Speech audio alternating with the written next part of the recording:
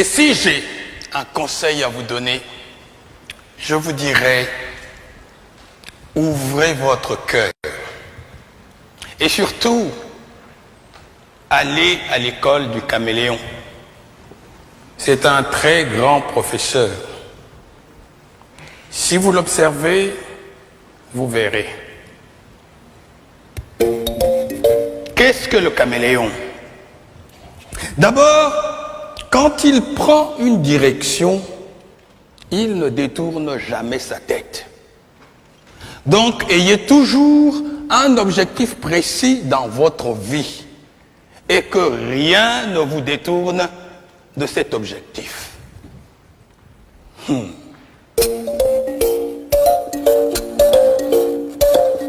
Et que fait-il, le caméléon? Il ne tourne pas sa tête. C'est son œil qu'il tourne. Le jour où vous verrez un caméléon, regardez, vous verrez, c'est son œil qu'il tourne. Il regarde en haut, il regarde en bas. Cela veut dire, informez-vous. Ne croyez pas que vous êtes le seul existant de la Terre. Il y a toute l'ambiance autour de vous. Et que fait le caméléon quand il arrive dans un endroit? Il prend la couleur du lieu. Ce n'est pas de l'hypocrisie. C'est d'abord la tolérance et le savoir-vivre. Se heurter les uns les autres n'apporte rien. Jamais on n'a rien construit dans la bagarre. La bagarre détruit.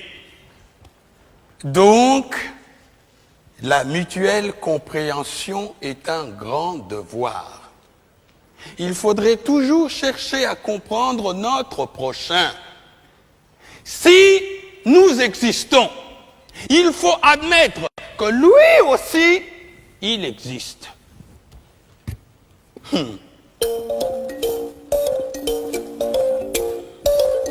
Et que fait-il, le caméléon?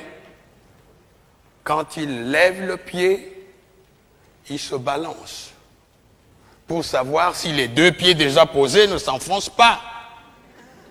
C'est après seulement qu'il va déposer les deux autres. Il balance encore, il lève. Cela s'appelle la prudence dans la marche. Sa queue est préhensible. Il l'accroche. Il ne se déplace pas comme ça. Il l'accroche. Afin que si le devant s'enfonce, il reste suspendu. Cela s'appelle assurer ses arrières. Ne soyez pas imprudents.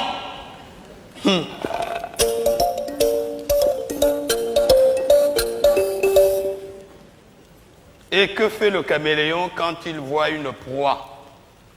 Il ne se précipite pas dessus, hein? Il envoie sa langue. C'est sa langue qui va la chercher.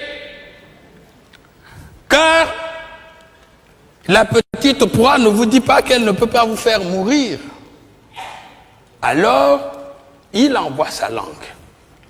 Si sa langue peut lui ramener sa proie, il la ramène tranquillement.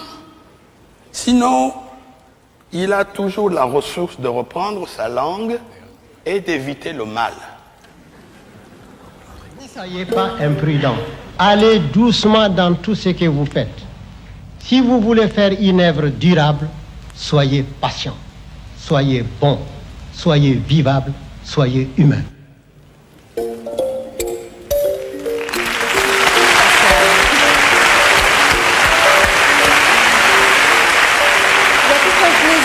Lire ce texte. Oui. C'est Amadou Ampatéban, par ce texte, en tout cas moi, me fait revivre tout ce que mes parents m'ont dit autour du feu. Et c'est toute la grande philosophie qui doit normalement nous accompagner durant toute notre vie. Et c'est l'école de la parole enseignée sous le baobab. C'est comme il l'école disait, de la parole et c'est l'école de la sagesse, de la philosophie. et de la philosophie. Et vous vous définissez beaucoup aussi comme un humaniste. Ampateba le faisait aussi. Exactement. Comme Hugo. Merci. Merci.